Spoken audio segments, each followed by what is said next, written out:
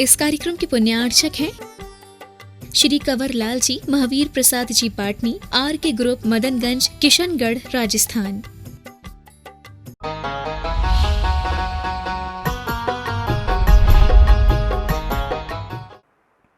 तो अंधकार यहाँ पर दो काम कर रहा है। एक तो हमारी आत्मा को निद्रा में डाल देता है, क्योंकि अंधकार में निद्रा बहुत अच्छी आती है। समझ आ रहा है? क्योंकि जब हमारे लिए कुछ और नज़र नहीं आता तो हम बहुत जल्दी अपनी आंखें बंद कर लेते हैं, और निद्रा देवी भी उसी समय पर आ धमकती है जिस समय चारों ओर अच्छा अंधकार हो। उजाले में इतनी अच्छी नींद नहीं आती, इसलिए लोग लाइट ऑफ करके ही सोते हैं। समझ आ रहा है? और विज्ञान भी कहता है कि जब आप सो रहे हों तो आपकी आंखों पर बाहर का प्रकाश नहीं पड़ना चाहिए, तभी आपको अच्छे ढंग से निद्रा होगी और तभी वह निद्रा आपको स्वस्थता देगी। समझ आ रहा है? तो अंधकार एक कारण है निद्रा के आने का।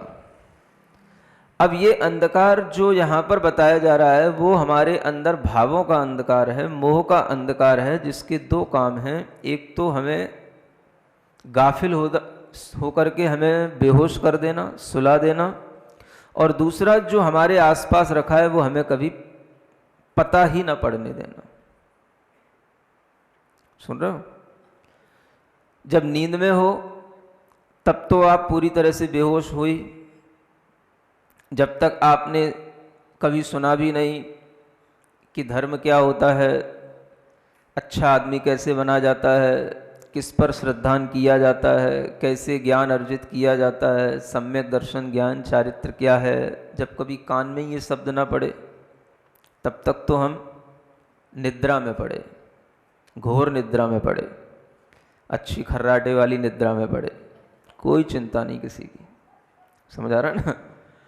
लेकिन कभी वह निद्रा थोड़ी सी कम हुई, कुछ काल योग से कुछ हमने करवट बदली, कुछ हमें आहट मिली कि भाई कोई उठा रहा है, उठ जा, हमने थोड़ा सा मन बनाया, लेकिन फिर भी हमारी निद्रा बहुत पुरानी थी, तो उन्मनी आँखों से हमने अपनी आँखों को क्या किया?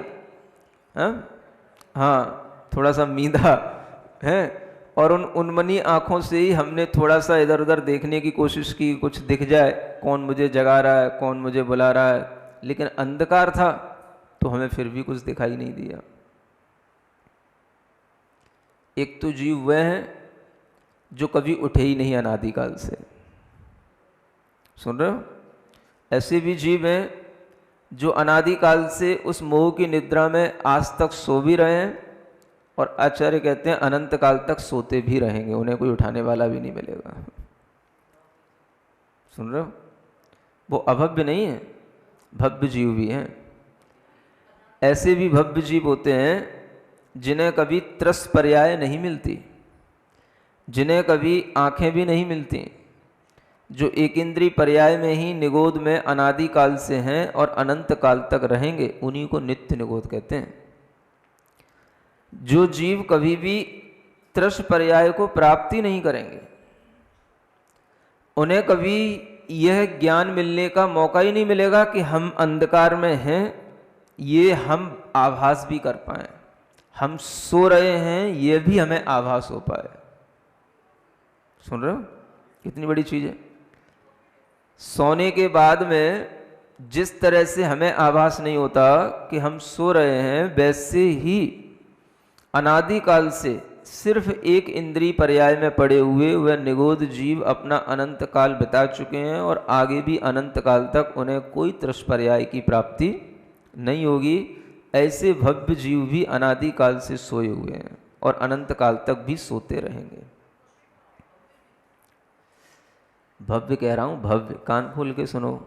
हाँ हाँ, अभव्य की बात नहीं है। अभव्य की तो फिर भी आंखें खुल जाती हैं, भव्य की आंखें नहीं खुलेंगी। हाँ, अभव्य तो फिर भी पंचेंद्री बन जाएगा, अभव्य को फिर भी त्रस पर्याय प्राप्त हो जाएगी, लेकिन जो ऐसे भव्य जीव हैं जिन्हें अनंत काल में भी निगोद पर्याय से त्रस पर्याय प्राप्त नहीं होगी, वे अनंत जीव हैं और ऐसे ही रहेंगे, उनकी बात कर रहा हूँ। फिर कान खोल के सुनो, सो तो नहीं रहो। कि हमें जगाने की कोशिश कर रहे हो कि महाराज गलत तो नहीं बोल रहे हो। फिर सुन लो, है ना, उन्हीं को कहते हैं नित्य निगोद में रहने वाले जीव, जिन्हें कभी भी अतीत काल में न तो त्रसपर्याय प्राप्त हुई और न आगामी भविष्य में उन्हें त्रसपर्याय प्राप्त होगी, तभी वो नित्य निगोद कहलाता है। यह नित्य निगोद की परिणति में रहने वाले भव्य जीव हैं, अभव्य भी हैं, लेकिन हम बात भव्यों की कर रहे हैं जिनमें जगने की योग्यता है लेकिन वह जग नहीं सकते, उनके अंदर वह निद्रा कभी भी कम नहीं हो सकती, इतना उनके अंदर वह गहन एक नींद का भाव पड़ा हुआ है।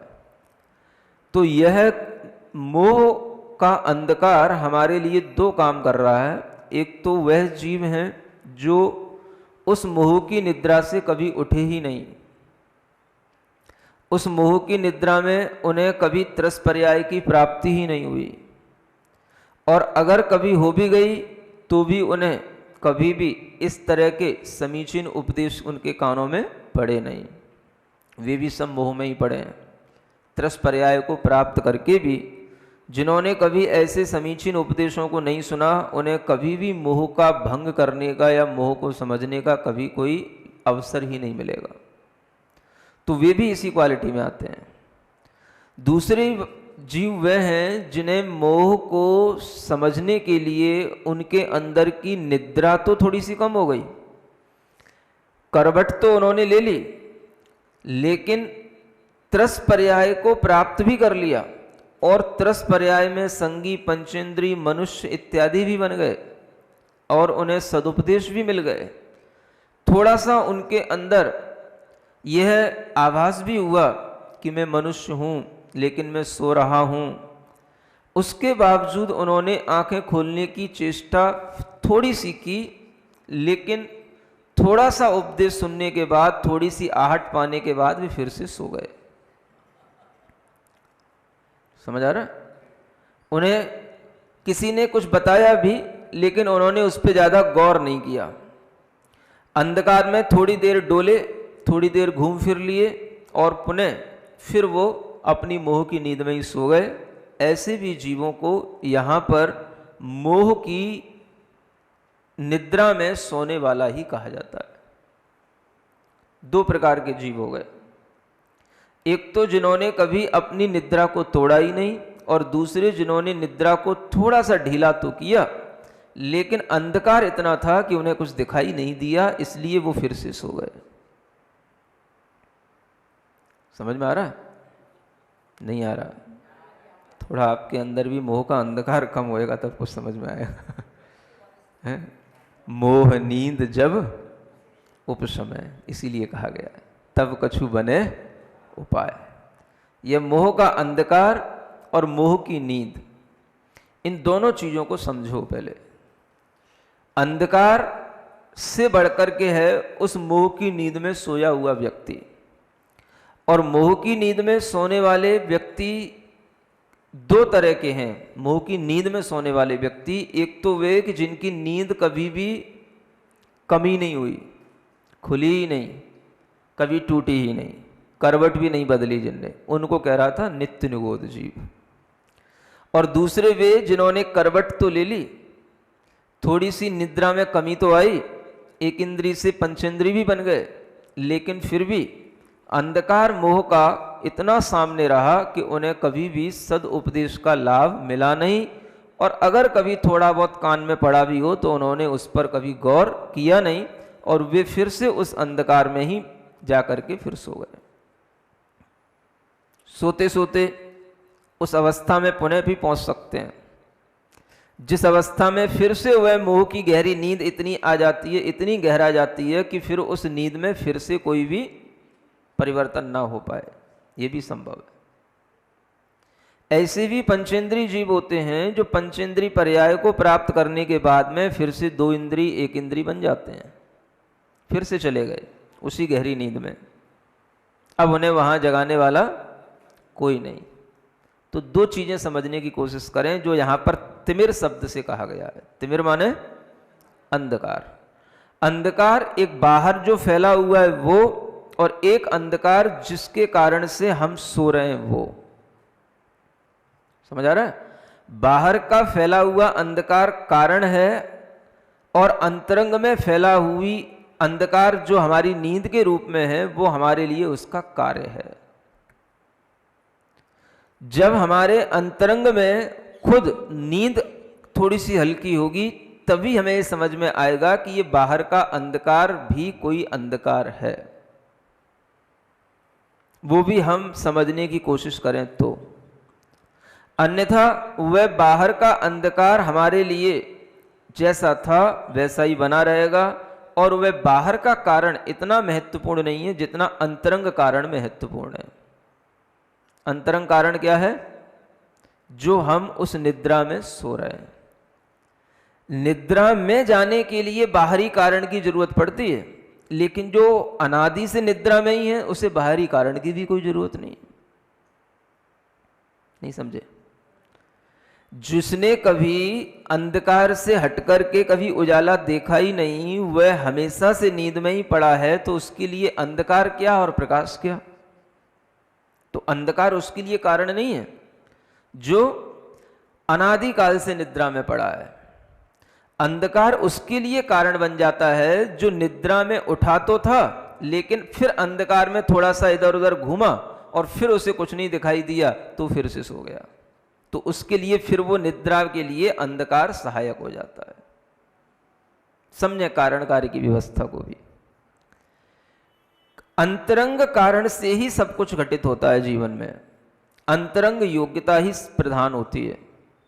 अगर अंतरंग में सोने की ही योग्यता बनी हुई है, निद्रा में ही पड़े रहने की एक योग्यता बनी हुई है, तो उस अंतरंग की योग्यता में बाहरी कोई भी कारण का कोई हाथ नहीं है।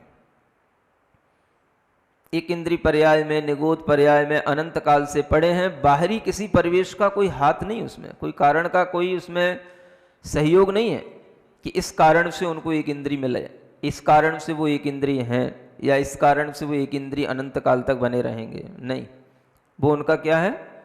अपना अंतरंग कारण है, उनका अपना इस तरह का वह उपादान है जिसके लिए उन्हें बाहरी कारण के बिना ही एक इंद्रिय पर्याय में ही अनंत काल से थे और आगे भी रहेंगे। बाहरी कारण उनके लिए सहयोगी या हेतु बन जाता है जब व्यक्ति थोड़ा सा अंतरंग से जाग भी गया, बाहर आया, आंखें खोली, थोड़ा सा उसने आंखें मींदी, थोड़ी सी कुछ इधर उधर उसे आहट दिखाई दी, घूम लिया, लेकिन उसे फिर भी अंधकार में ही रहना हुआ और फिर जाकर के वो अंधकार में फिर सो गया। तो अंधकार उसके लिए हटा नहीं, इसलिए अंधकार भी कारण बन गया उसकी पुनः निद्रा में जाने के लिए। सुन रहे हो? आप तभी उठते हो, तभी उठ पाते हो जब आपको पता होता है कि सूरज का प्रकाश होने वाला है। आपको पता होता है कि सूर्य का उदय अगर सुबह 6 बजे होना है तो हमें 6 बजे तक उठ जाना है, नहीं तो सूर्य का जब उजाला हो जाएगा उसके बाद उठेंगे, तब हमें लगेगी कि अब तो बहुत देर हो गई। आपको पता है। इसलिए अगर आप कल्पना करें कि कभी आपको यह पता ही ना हो कि यहां सूर्य का कब उदय होता है, जहां पर हमेशा रात ही रहती है, वहां पर आप कब उठोगे, कब जागोगे और कब काम करोगे? समझ आ रहा है? वहां पर भी आपको जागने के लिए अगर कोई बाहरी आपके सामने हेतु होगा तो आप जाग पाओगे। आपको पता है कि हमें 6 घंटे के बाद में अपने काम पे जाना है, तो आप उठने की कोशिश करोगे। लेकिन जिसके लिए कोई काम ही ना हो, समझ आ रहा है, वो क्या करेगा? वो तो केवल उठेगा तो इसलिए उठेगा कि फिर से खा लूं तो फिर से नींद आ जाएगी और फिर से सो जाऊंगा तो फिर से 6 घंटे निकल जाएंगे, वो इसलिए उठेगा। समझ में आ रहा है? अंधकार अपने आप में इतनी बड़ी चीज है कि हम जहां थे हमें वह वहीं पर पुनः ढकेलने की कोशिश करता है, ये कहना चाह रहा हूं। अगर अंधकार से प्रकाश में आने की हमारे पास में कोई गुंजाइश नहीं होती, कोई ज्ञान नहीं होता, तो हम कभी भी उस अंधकार को चीरने की कोशिश ही नहीं कर पाते। ये ज्ञान होना कि ये अंधकार है और इस अंधकार को तोड़ा जा सकता है, यही सबसे बड़ा सम्यक ज्ञान है। क्या है? मैं अंधकार में हूं और इस अंधकार से बाहर निकल सकता हूं, यह बोध पैदा होना ही सम्यक ज्ञान है।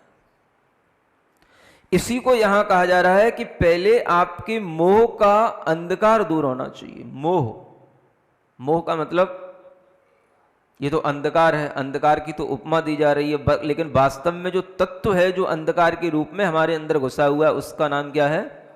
मोह। जिसे हम कहते हैं, जिसके कारण से हम पर पदार्थ से मोहित होते हैं और पर पदार्थ हमें मोहित कर भी लेता है। पर पदार्थ से मोहित होना और पर पदार्थ के द्वारा मोहित हो जाना, ये दोनों ही प्रकार से मोह की परिणति हमारे अंदर पड़ी रहती है। इसी का नाम है मोह रूपी अंधकार। समझ आ रहा? अब देखो, पदार्थ आपसे कभी नहीं कहता कि आप हम पे मोह कर लो, पदार्थ कहता, लेकिन उस पदार्थ के कारण से, उस पदार्थ से आप मोह कर लेते हो। और कभी कभी आप उस पदार्थ पर उतने मोहित भी हो जाते हो कि आप उस पदार्थ को भी प्राप्त करने की कोशिश करते हो, उस पदार्थ पर मोहित हो गए। और कभी कभी ये भी हो जाता है कि हम उस पदार्थ के लिए इतना अपने आप को समर्पित कर दिए कि हम अपने अस्तित्व को बिल्कुल ही छोड़ दिए।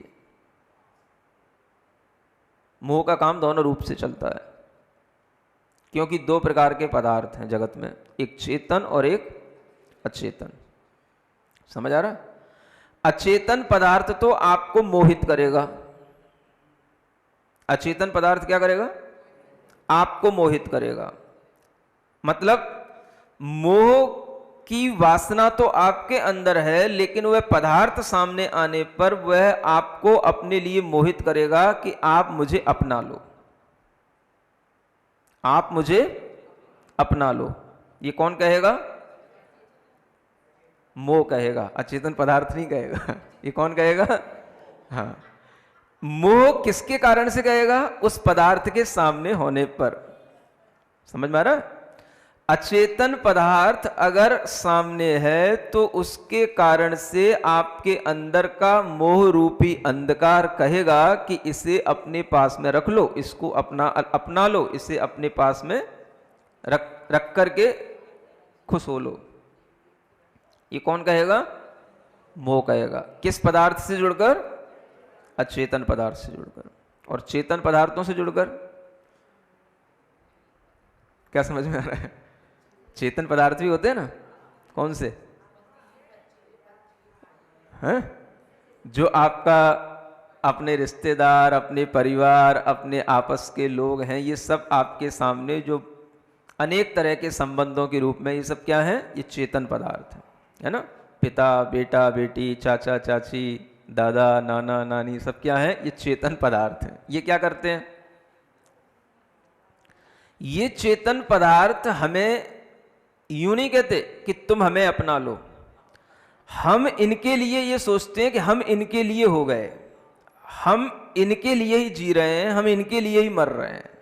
मोह के कारण से हम अपने आप को इनके लिए पूरा समर्पित कर देते हैं।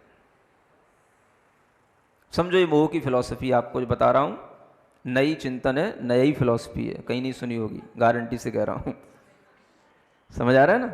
हाँ, चेतन पदार्थ हमें अपने पास कहता है कि हमें बुला लो, हमें अपने पास रख लो। और अचेतन पदार्थ क्या कहता है? तुम मेरे हो जाओ। सॉरी, चेतन पदार्थ क्या कहता है? कि तुम मेरे हो जाओ। और अचेतन क्या कहता है? कि मुझे अपने पास रखो। दोनों चीजें में अंतर समझ आ रहा है ना? ये दोनों प्रकार का मोह है। अचेतन पदार्थ को खींचने का मोह होगा, ये मेरे पास आ जाए, ये मेरे पास रहे, ये वस्तु मेरे लिए बहुत अच्छी है, बहुत अनुकूल है, इससे मुझे अच्छा लगेगा, ये लाभ होगा। ये सब मोह के कारण से वो अचेतन पदार्थों को अपने पास में इकट्ठा करता है ना। तो ये हुआ उसके प्रति मोह, जिसके कारण से उसने अपने आप को उससे जोड़ लिया। और वो जोड़ना किस रूप में हुआ? उसको अपने पास रखने रूप में।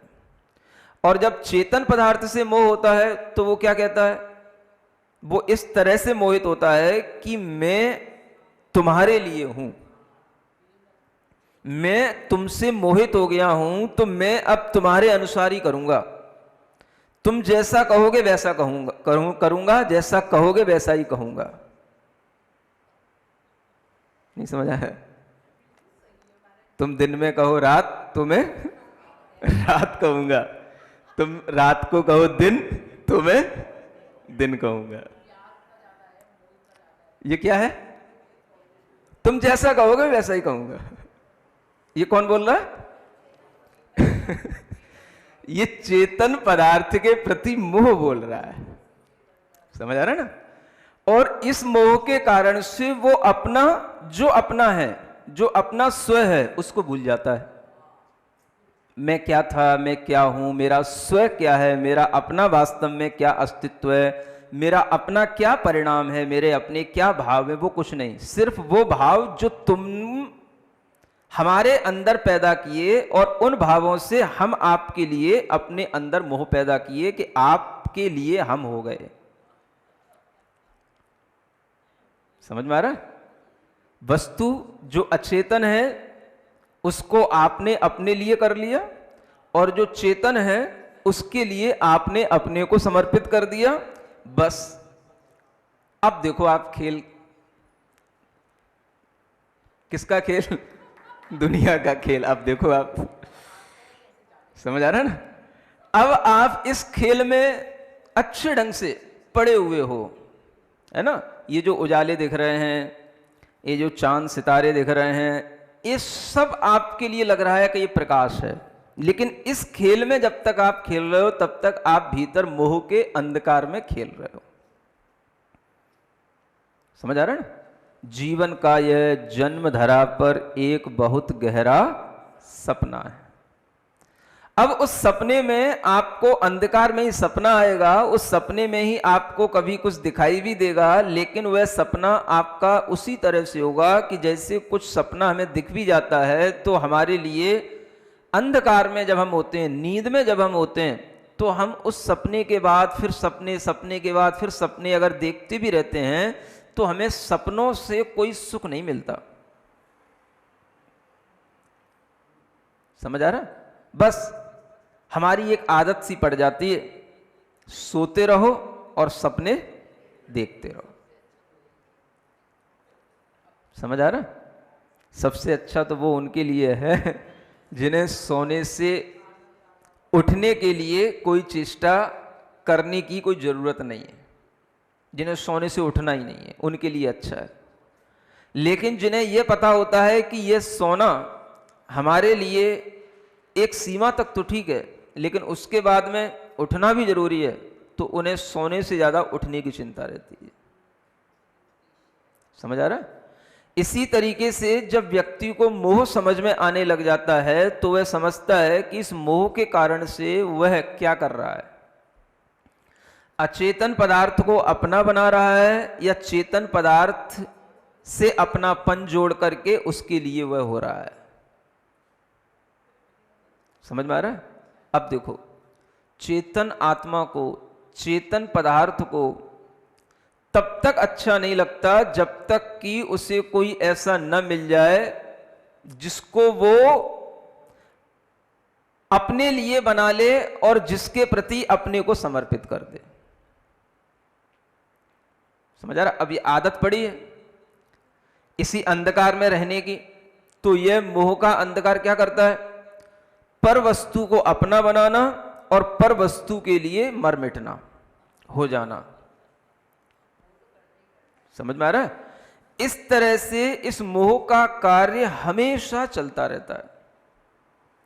अब आप चाहे पंचेंद्री बन जाओ, चाहे त्रस बन जाओ, चाहे मनुष्य बन जाओ, चाहे पशु बन जाओ, करना तो मोह ही है। समझ आ रहा है? चाहे देवता बन जाओ, चाहे नारकी बन जाओ, चाहे कितनी भी अच्छे स्टेटस की कोई भी पर्याय प्राप्त कर लो, आपको करना तो मोह ही है, इल्यूजन। समझ आ रहा? ऐसा मोह जो अंदर पड़ा होता है तो उस व्यक्ति के लिए जीवन इसी में खप जाता है, उसका कोई अंत ही नहीं है। उसके लिए कभी भी जिस तरह से शांति मिल सकती है वो शांति का उसे उपाय ही पता नहीं होता, क्योंकि शांति मिलेगी तो तब जब वो थोड़ा सा भीतर से जागे, और भीतर से वो जागना चाहता नहीं। समझ आ रहा? देखो, आप एक पुत्र कहीं जन्म लिया एक घर में, समझ में आ रहा है? उस घर में मान लो कि अभावग्रस्त स्थिति है, खाने पीने का गुजारा भी जैसे तैसे चलता है, समझना? वो पुत्र बड़ा हुआ, उसने देखा कि हमारे घर में खाने पीने का गुजारा भी जैसे तैसे होता है, तो क्या करें, हम कुछ मेहनत करें, हम कुछ कमाएं, हम कुछ करें। समझ आ रहा है? उसने मेहनत की, कमाया, धन कमाया, कुछ इतना अर्जित कर लिया कि बहुत अच्छे ढंग से अब उसको खाने पीने को मिलने लगा। अब उसको खाने पीने की कोई चिंता नहीं पड़ी, एक घर भी बना लिया उसने, सब कुछ खाने पीने को होने लगा। समझ आ रहा है? देखो, वो वहां पर संतुष्ट हो गया, सुखी हो गया। उसे क्या लगने लगा कि देखो मैंने कितना कमा लिया, पहले मेरे घर में इतना भी नहीं था कि मैं ढंग से खा पाता, घर के लोग अच्छे ढंग से जी पाते, आज मेरे घर में खाना पीना रहना सब कुछ होने लगा, बहुत हो गया। समझ आ रहा है? और कितना मिल रहा है, उसमें कितना कमा रहा है? मुश्किल से वो है मान लो रोजाना के 500 रुपए कमा रहा है। समझ आ रहा है? 500 रुपए कमाने का मतलब महीने की कितनी होगी? 15,000 रुपए, माने 10-15 हजार रुपए कमा रहा है वो। समझ आ रहा है? वो खुश हो गया। उसे क्या लग रहा है कि मैंने बहुत तरक्की कर ली, लग रहा है कि नहीं लग रहा है? वो अपने आप में संतुष्ट हो गया। अब देखो, वही पुत्र दूसरा, समझ आ रहा है, वो ऐसे घर में जन्म लिया जहां पर रोजाना 15,000 रुपए तो रोजाना नौकरों को दिए जाते हैं। समझ आ रहा है? ऐसे घर में जन्म ले लिया वो, है ना? अब वो ऐसे घर में जन्म ले लिया तो अब वहां पर वो जन्म लेकर के क्या देखता है, यहां पर तो ये सब 2-4 नौकर लगे हैं, 10-15 हजार रुपए का तो रोजाना का ही ये खर्चा है, और इतना तो सब कुछ व्यापार चल ही रहा है, अब हमें इससे भी कुछ ऊंचा करना है। समझ आ रहा है? तो वो क्या सोचेगा, हमें इससे भी कुछ अच्छा कमाना है, तो वो जितना है उसके पास में उतने को लेकर के वो उससे भी अच्छा कमाने की सोचेगा। तो क्या कर लेगा, वो 1 लाख रुपए महीने तक की कमाई कर सकता है। सुनना, वो किसने में संतुष्ट हो गया? अभी तक तो देखो 10-15 हजार रुपए ही जो है मिलते थे, और वो भी जो है 10-15 हजार रुपए में चलो 10-15 तो हम अपने नौकरों को दे देते, बाकी 10-15 और बच जाते थे, तो वो 25-30 हजार रुपए से काम चल जाता था। लेकिन अब हमारे पास कितने हो गए? 1 लाख रुपए की काम आमदनी होने लगी महीने की। समझ आ रहा है? तो अब वो अपने आप को समझने लगा कि मैंने बहुत उन्नति कर ली। सुन रहे हो? अब देखो, एक ऐसे घर में एक व्यक्ति पैदा हुआ, मान लो जैसे कोई वकील होते हैं, है ना, बड़े बड़े जज होते हैं, लॉयर होते हैं, इनके घर में रोजाना वो बच्चा जो पैदा हुआ वो देख रहा है कि मेरे पापा की कमाई रोजाना की 8 लाख 10 लाख की है, रोजाना की कमाई। समझ आ रहा है? क्योंकि बड़े बड़े वकील हैं तो उन्हें एक भी किसी की बात सुनने के लिए उन्हें 5 लाख 6 लाख रोजाना लेना है, या किसी को 1-1 लाख भी लेना है, तो 8 लोग आ गए तो उनने 8 लाख रुपए 10 लाख रुपए रोजाना कमा लिए। अब वो रोजाना कमा रहा है 10 लाख रुपए। तो अब उस घर में रहने वाला बेटा सोचेगा, जब बाप इतना कमा रहा है तो मुझे क्या करना चाहिए? समझ आ रहा है ना?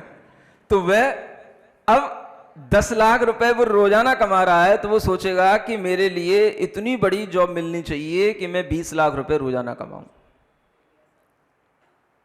समझ आ रहा है?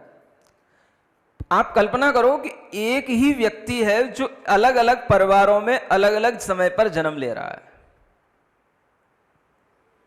एक ही आत्मा। जहां जैसा जन्म ले लेता है वहां पर उसी माहौल में वो अपने अंदर एक भाव ले आता है कि बस इससे इतना हो जाएगा तो मेरे लिए बहुत हो गया। एक अपने पैमाना खींच लेता है बस वो अपने दिमाग में, हर बड़ा होने वाला लड़का, और उसी के बाद वह अपना जीवन उसी तरीके से जीना शुरू कर देता है और उसी में वो जीवन अपना पूरा कर लेता है। अब कभी वो 10 लाख से 20 लाख भी कमा लिया, 20 लाख कमाने के बाद में उसी के द्वारा उसने ऐसा पाप भी अर्जन कर लिया, क्योंकि जब उसने 20 लाख रुपए रोज कमाए तो दूसरे का दिल भी दुखाया, सब कुछ करा, समझ आ रहा है, और उससे पाप भी अर्जित किया, क्योंकि जब पैसा आ रहा है तो पाप तो होगा ही। तो उस पाप से फिर क्या हो गया, वही जीव फिर से उसी स्थिति में आ गया कि उसे अब देख रहा है घर में 1000 रुपए भी नहीं है, ऐसी जगह जन्म ले लिया। हो क्या रहा है, जैसा अंधकार सामने है बस उसी अंधकार में हम अपनी दूरियां नापने लग जाते हैं, और उसी अंधकार में हम थोड़ी देर घूम करके फिर आकर के फिर सो जाते हैं, माने हम फिर किसी पर्याय में चले जाते हैं, और फिर हम उठते हैं तो फिर हम थोड़ी सी घूम लेते हैं, फिर उसी अंधकार के मुताबिक अपनी थोड़ी दूरियां फिर नाप लेते हैं, थोड़ा जीवन जी लेते हैं और फिर हम सो जाते हैं। ये मोह का चक्कर ऐसे हमें चलाता रहता है। समझ में आ रहा है, मोह तिमराप हरणे इसका अपहरण करे कौन, इस मोह रूपी अंधकार को हटा करके हमें उजाले में लाए कौन, हाँ कौन करे, कौन आपको झकझोरे, किसको पड़ी है। आप अगर अपने आप को खुद इस मोह के अंधकार से निकालने की चेष्टा खुद नहीं करेंगे तो कोई दूसरा आपके लिए कुछ भी नहीं कर पाएगा। समझ आ रहा है ना, गुरु भी कुछ नहीं कर पाएगा। गुरु केवल आपको एक रास्ता बताने की कोशिश करेगा, आपको उजाले में लाने के लिए कुछ ज्ञान देगा, आपसे कहेगा कि इस तरह से इस द्वार से बाहर निकलो तो आपको बाहर उजाला मिलेगा, लेकिन आप उस द्वार से बाहर निकलने की कोशिश ही नहीं करते, क्योंकि आपको पता है कि यहां हम सुरक्षित हैं। समझ आ रहा है, जहां हम रहने लग जाते हैं वहीं पे हमें सुरक्षा दिखती है। ये हर किसी की आदत होती है। एक कुत्ता भी जिस घर के आसपास आकर के उसे 2 रोटी मिलने लग जाती है तो वह वहां से दूर नहीं जाना चाहता। अगर कोई कभी उसको दूर छोड़ भी आए तो भी वह 20 किलोमीटर दूर से वहीं आ जाएगा, क्योंकि उसे एक इतनी सुरक्षा मिल गई थी कि यहां तो कम से कम मुझे 2 रोटी मिलती हैं, कोई मुझे यहां से दुत्कारता नहीं है, यहां बैठने को मिल जाता है। तो इतनी सी सुरक्षा के कारण से वो फिर से वहीं स्थान पर आ जाता है। आप उसे 10 बार भी लतकारो तो दुत्कारो तो नहीं जाता वो। सुन रहे हो, ऐसे ही हर मनुष्य की आदत होती है, वह सुरक्षा ढूंढता है। जिस माहौल में रहता है, जिस जगह पर रहता है, वो वहीं पर अपने आप को सुरक्षित महसूस करने लग जाता है। वर्तमान में इसे साइकोलॉजिस्ट कहते हैं कंफर्ट जोन। क्या बोलते हैं, हाँ, everyone wants to live in this comfort zone. समझ आ रहा है, हर कोई व्यक्ति के लिए ये चाहिए बस। और वो क्यों चाहिए, क्योंकि जहां है वो वहीं पर अपने आप को बहुत बड़ा सिक्योर महसूस करता है कि बस मैं जो यहां पर हूं बस यहीं पे, इससे कहीं दूसरी जगह गया तो उसके लिए डर लगता है। क्या सोचता है, अब वहां पर ये कुछ मिला कि नहीं मिला, वहां पर ऐसा कुछ होगा कि नहीं होगा। समझ आ रहा है, इस डर के कारण से वो कभी उस दरवाजे से बाहर नहीं निकलना चाहता जिसमें वो बंद है। समझ आ रहा है, मोह के दरवाजे के अंदर वह बंद है, इस तरीके से बंद है कि वह उसी में घूम रहा है। ये जितने भी आपको चांद सितारों के उजाले, ये हैलोजनों के उजाले दिख रहे हैं, ये सब कोई उजाले नहीं है। इनमें भी आदमी उसी अंधकार में ही डूबा है, उसी अंधकार में ही घूम रहा है। जिन अंधकारों में वह पहले की पर्यायों में था, उसी तरीके से अब है, बस उसकी रीच थोड़ी सी अलग हो जाती है। पहले वो 10,000 के लिए लड़ रहा था, फिर 10 लाख के लिए लड़ने लगा, फिर 20 लाख के लिए लड़ने लगा। वो जिंदगी अपनी इसी तरह की रीच बढ़ाने में निकाल देता है। समझ में आ रहा है, एक दूसरे को कुछ मत समझाओ, खुद ही समझ लो। समझ आ रहा है? समझाने वाला भी खुद ही समझ रहा है, आपको समझा नहीं रहा है, वो तो आप तो निमित्त हो। समझ आ रहा है? हर कोई खुद ही समझने की कोशिश करे, या कोई किसी को नहीं समझा रहा है, हर कोई खुद में ही अगर समझदारी के साथ चलेगा तभी वो कुछ चीज़ों को समझ पाएगा, है ना?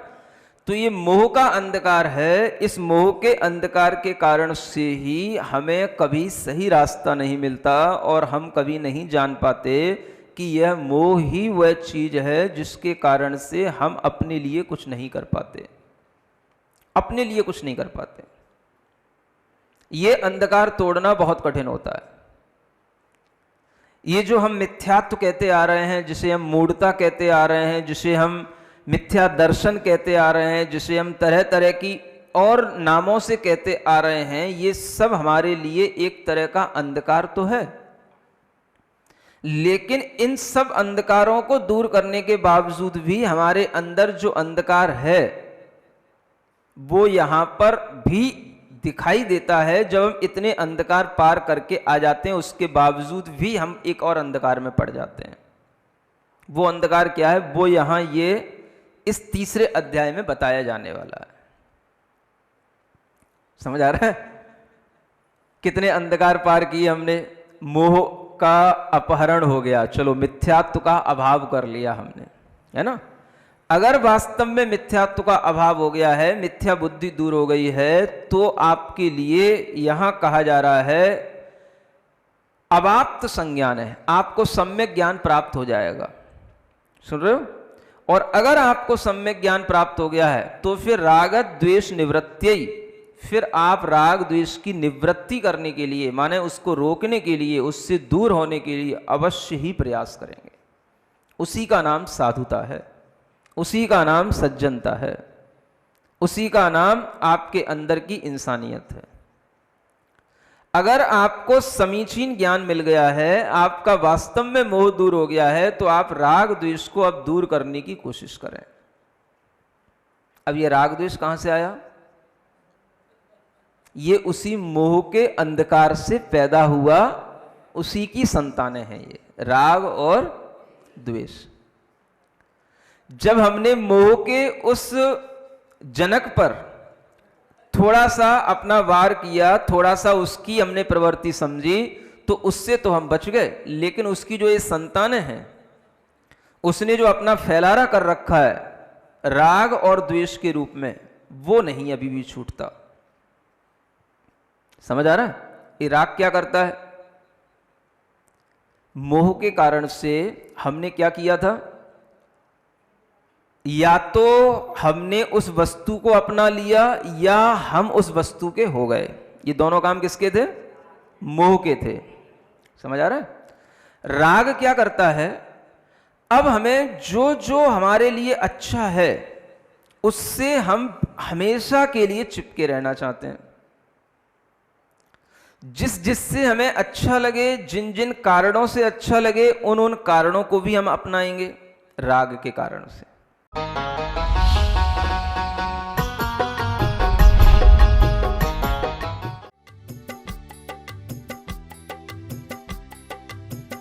इस कार्यक्रम के पुण्यार्चक थे श्री कंवर लाल जी, महावीर प्रसाद जी पाटनी, आर के ग्रुप, मदनगंज, किशनगढ़, राजस्थान।